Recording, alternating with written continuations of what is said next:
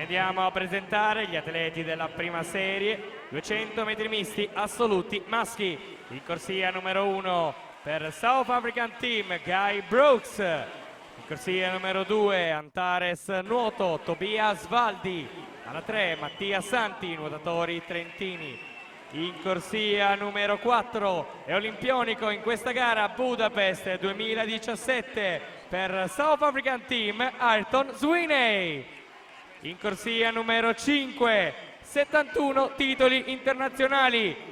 A Tokyo nel 2020 presenzierà la sua quinta Olimpiade per Hungarian Swimming Association, Laszlo Cseh.